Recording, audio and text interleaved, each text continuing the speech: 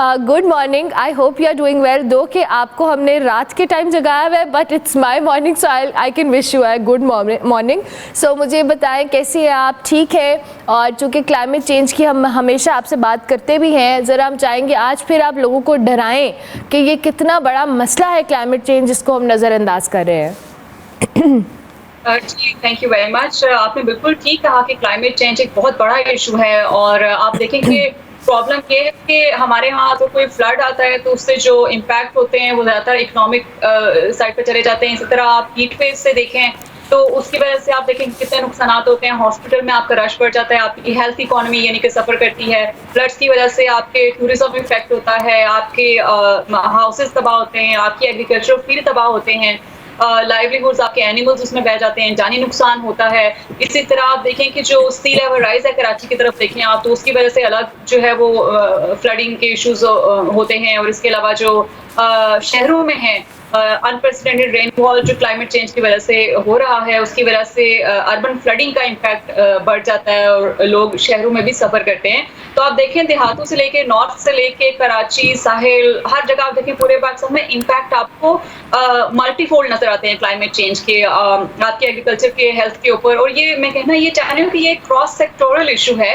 हम इसको climate change को एक अलहदा इशू नहीं कर सकते हैं, जितने भी इस वक्त पाकिस्तान को मसाइल दरकार हैं। और अगर इसको हम एड्रेस करने की कोशिश करें, इसकी मिटिगेशन और एडेप्टेशन पे अगर काम करने के लिए गवर्नमेंट्स रेडी हो जाएं, रेडी होने के लिए भी ऑफ कोर्स ये एक अलग डिबेट है कि क्या क्या करने की जरूरत है, तो उससे डिफरेंस आ सकता है थोड़ा बहुत अगर हम आज तैयारी करना शुरू करेंगे। अदरवाइज मेरा नहीं ख्याल कि जो डेवलप्ड वर्ल्ड है वो आपके लिए कुछ भी नहीं करेगी जब तक आप अपना किबला दुरुस्त नहीं करेंगे अपने मुल्क में। यू आर सो राइट कि वो डेवलप कंट्रीज़ भी क्या ही कर लेंगी जब आपके मुल्क पे इतने ज़्यादा असरात हैं और उस पर कंट्रोल करने के लिए अभी तक हम काम उस तरह से इनिशिएट ही नहीं कर पाए। मरियम, अब तालीमी और जो तहकीकाती मैदान जिसकी मैंने बात की, रिसर्च बेस्ड काम, अब पाकिस्तान के अंदर आप हमें अगर बेहतर तौर पे बता सकें कि कितना ये काम किया जा रहा है क्लाइमेट चेंज के ऊपर भी स्पेसिफिकली, बिकॉज दुनिया भर में चाहे वो हेल्थ सेक्टर है या कोई भी मामला है, वहाँ पे रिसर्च बेस्ड काम को बहुत ज़्यादा फोकस किया जाता है, उस पर उससे आइडिया होता है कि कैसे चैलेंजेस हो सकते हैं, एक एस्टिमेट लगाया जा सकता है। सो पाकिस्तान में इस हवाले से रिसर्च बेस्ड काम की हमें कितनी ज़रूरत है और कितना काम हो रहा है? जी, अगर आप देखें तो पाकिस्तान में क्लाइमेट चेंज रिलेटेड जो रिसर्च है, जो डिफरेंट टॉपिक्स हैं, उस पर बहुत ज़्यादा काम हो रहा है। आप चाहे वो एनजीओ सेक्टर है जिसे सिविल सोसाइटी ऑर्गेनाइजेशंस कहते हैं, गवर्नमेंट के अपने इंस्टीट्यूट्स हैं, स्पार्को, और इसके अलावा सारे मुझे एनडीएमए, इसके अलावा एनडीएमए तो खैर ज़्यादातर आपकी जो डिजास्टर उससे रिलेटेड, आई डोंट नो उनका रिसर्च विंग कितना काम करता है, लेकिन आपके और भी गवर्नमेंट के इंस्टीट्यूट हैं जो आपके क्लाइमेट चेंज की प्रेडिक्शंस और फोरकास्ट पर भी काम करते हैं। इसके अलावा आपकी यूनिवर्सिटीज हैं जो बहुत ज़्यादा काम करती हैं। बाहर के मुमालिक में असल में हम इससे फ़ायदा क्यों नहीं उठा पा रहे हैं, ये एक क्वेश्चनेबल बात है। और इसका जवाब ये है कि जो बाहर के मुमालिक हैं, आप देखें जो डेवलप मुमालिक हैं, उनको गवर्नमेंट को अगर कोई सोल्यूशन चाहिए होता है क्लाइमेट चेंज रिलेटेड, तो वो आपकी यूनिवर्सिटीज़ को बताते हैं कि आप हमें इस टॉपिक पे रिसर्च करके दें और इसका हमें सोल्यूशन प्रोवाइड करके दें। तो जो स्टूडेंट्स होते हैं, जो यूनिवर्सिटीज होती हैं, जो फैकल्टी मेंबर्स होते हैं, वो आपकी रिसर्च करते हैं और आपको सोल्यूशन प्रपोज करते हैं। हमारे यहाँ ये है कि स्टूडेंट्स साइलोस में अपनी रिसर्च करते हैं, लेकिन उनको मार्केट नहीं प्रोवाइड की जाती है।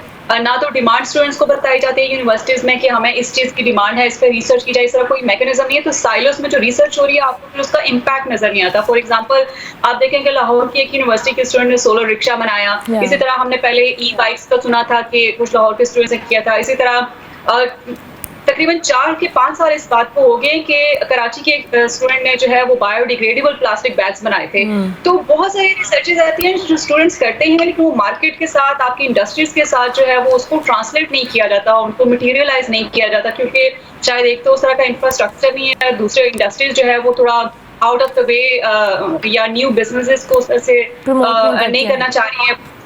लेकिन उसका इशू मुझे एक और नजर ये भी आता है कि हमारे मुल्क जिस तरफ जा रहा है इकोनॉमिकली, उसमें भी आप देखें कि डिबेट दूसरी तरफ चली जाएगी कि उनके पास उस तरह से इंफ्रास्ट्रक्चर नहीं है। कोई अगर अपना बिजनेस स्टार्ट करना चाहे तो इतनी मुश्किलात और इतना मुश्किल किस्म का प्रोसेस रखा हुआ है कि लोग जो है वो कहते हैं कि हम बाहर चले जाते हैं, दूसरे हमारे पेटेंट्स ले लेंगे, लेकिन पाकिस्तान में उस तरह से आपको फिर ऑफ कोर्स नज़र नहीं आती, ये चीज़ें होती हैं। अपॉर्चुनिटीज़ ज़ाहिर है, और आपने बिल्कुल ठीक कहा कि बहुत सारे ऐसे स्टूडेंट्स हैं, मैंने अपने शो पे भी कई बार ऐसे स्टूडेंट्स का इंटरव्यू भी किया है जिनके प्रोजेक्ट्स, जिनका रिसर्च का काम इतना ज़बरदस्त है, लेकिन अनफॉर्चुनेटली मार्केट प्लेस में उनको वो वेलकमिंग अंदाज में उस तरह से नहीं किया जाता। सो उसी वजह से वो शायद डिस्करेज भी होते हैं और ऐसे फैक्टर्स कहीं ना कहीं नज़रअंदाज हो जाते हैं।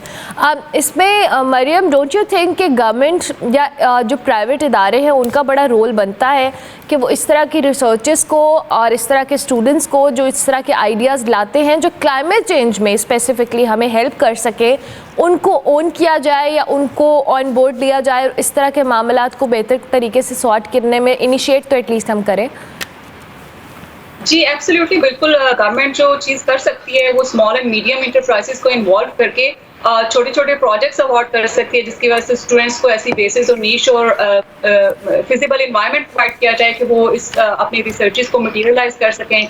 ऐसा मैकेनिज्म कोऑर्डिनेशन का और कम्युनिकेशन का रखना चाहिए कि अगर स्टूडेंट्स इफेक्टिव एक रिसर्च करते हैं तो डिपार्टमेंट एक ऐसे गवर्नमेंट में क्लाइमेट चेंज मिनिस्ट्री में होना चाहिए जो आपको बताए कि ये है और उससे किस तरह से हम इस आइडिया को मटीरियलाइज कर सकते हैं अपने मुल्क के लिए। और इसके अलावा आपके जो बैंक्स हैं आपके, वो लोन्स प्रोवाइड कर सकते हैं स्टूडेंट्स को कि वो किस तरह से अपने जो है वो छोटे छोटे बिजनेस इस तरह के सेटअप कर सकते हैं। लेकिन आप देखें कि जो हमारे पॉलिसी मेकर्स हैं, थोड़ी पॉलिटिकल विल इस वजह से भी नहीं होती कि जो बहुत सारे इंडस्ट्रियलिस्ट ऐसे हैं जो फॉसिल फ्यूल यूज करते हैं, रिन्यूएबल्स यूज नहीं करते, पार्लियामान में आपके बैठे हुए हैं, तो वो इस किस्म के बिजनेस को इनकरेज भी नहीं करेंगे। वो तो इस किस्म के बिजनेस को इनकरेज करेंगे जिसमें सीमेंट और सरिया ज्यादा इस्तेमाल हो, ना कि आपको सोलर रिक्शा की तरफ आपको या इस तरह की जो प्रो इन्वायरमेंट आपके प्रोजेक्ट्स हैं और जो प्रोडक्ट्स हैं उनको प्रमोट करेंगे। तो ये पूरा सिस्टम ही अनफॉर्चुनेटली उसको थोड़ा सा हिलाने की जरूरत है। और आई थिंक कोई अगर इस तरह के हमें पॉलिटिकल विल वाले लीडर्स मिलते हैं जो चेंज कर सकें,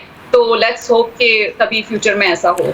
वह हम होप ही कर सकते हैं, क्योंकि ऐसे विज़न अभी तो हमें बज़ाहिर नज़र नहीं आ रहा है, क्योंकि हमारा फोकस जो है दीगर प्रोजेक्ट्स या अपनी पॉलिटिकल स्कोरिंग के ऊपर है। दो कि जो असल हमारे इश्यूज़ हैं, जो मेजर इश्यूज़ हैं जिनको हम अभी भी फेस कर रहे हैं और आइंदा आने वाले सालों में हम बहुत मेजर उस पर ख़ुद को जो कह लें घिरावा पा सकते हैं, हमारा वो फोकस नहीं है। मरियम, चलें ये तो स्टेट लेवल पे हमने बात कर ली, अब हमने इंडिविजुअल लेवल की भी, मैं आपसे हमेशा ये सवाल करती हूँ कि इंडिविजुअल क्या कर सकता है अपने तौर पे, हम क्या ऐसा करें कि ये चीज़ें चले कुछ कम नहीं तो हमें एक होप तो होना कि हम अपना रोल प्ले कर रहे हैं। जी बिल्कुल, बहुत सारे इक़दाम ऐसे हैं जो इंडिविजुअल लेवल पे हम करें तो बहुत बड़ा चेंज ला सकते हैं। फॉर एग्जांपल, सबसे पहली बात तो ये है कि दरख्त लगाने की हम हमेशा बात करते हैं कि आप जिस भी इलाके में रहते हों, आपके इलाके में आपकी यूनिवर्सिटीज़ में बॉटनिस्ट होंगे या बॉटनिस्ट ना भी हों, आप देखें आपके जो बुजुर्ग हैं आप उनसे पूछें कि पहले यहाँ पे कौन से दरख्त होते थे, डोमेस्टिक और लोकल दरख्त, आप हर इलाके में उनसे पूछ के वो लगाएं। जितनी थोड़ी सी जगह आपको मिलती है उसके ऊपर आप लगाएं, दरख्त लगाएं, उससे बहुत डिफरेंस पड़ता है आपकी कार्बन एमिशंस को टैकल करने में।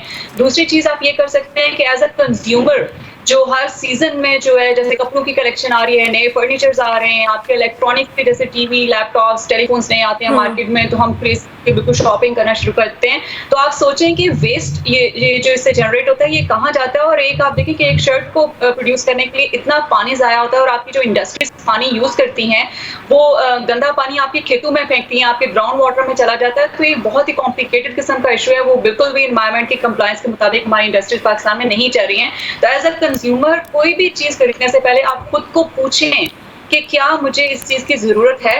आपको खुद ब खुद जवाब मिल जाएगा कि नहीं है। और यकीन करें कि कोई भी, अगर आपने नया फोन लेटेस्ट आया है तो आपने नहीं लिया, या लेटेस्ट कलेक्शन कपड़ों की आई आपने नहीं ली, अपना आउटफिट रिपीट किया आपने, तो कोई भी आपसे नहीं पूछेगा कि अरे देखो इसने तो रिपीट कर लिया। अगर रिपीट किया भी हो तो आप उनको बताएंगे कि मैं एनवायरनमेंट के लिए ख्याल करती हूँ। इसके अलावा पानी के लिए आप जो है वो एक बॉटल ग्लास वाली आप रखें अपने पास, या आपके पास प्लास्टिक की बोतल अगर आ गई है तो आप उसी को रीयूज करें। आप नए तरीके से घर से निकलते हैं, चाहे यूनिवर्सिटी जा रहे हैं आप, चाहे ऑफिस जा रहे हैं, तो रोज रोज प्लास्टिक बाहर से ना खरीदें। इसके अलावा प्लास्टिक के शॉपर्स इस्तेमाल ना करें। आपके जो कपड़े या जीन्स पड़ी है उसका एक बैग सिलाई करें, वो आप कई सालों के लिए आपको चलेगा जब आप ग्रोसरी शॉपिंग करेंगे। तो इस तरह के छोटे छोटे स्टेप्स ऐसे हैं जो आप डेली अगर करना चाहें तो बहुत ह्यूज इम्पैक्ट आ सकता है अगर हर एक अपना रोल इसमें प्ले करने की कोशिश करें तो। ज़बरदस्त, thank you very much Maryam, बहुत शुक्रिया कि आपने ज्वाइन किया। जी, क्लाइमेट चेंज के हवाले से हम बात कर रहे हैं।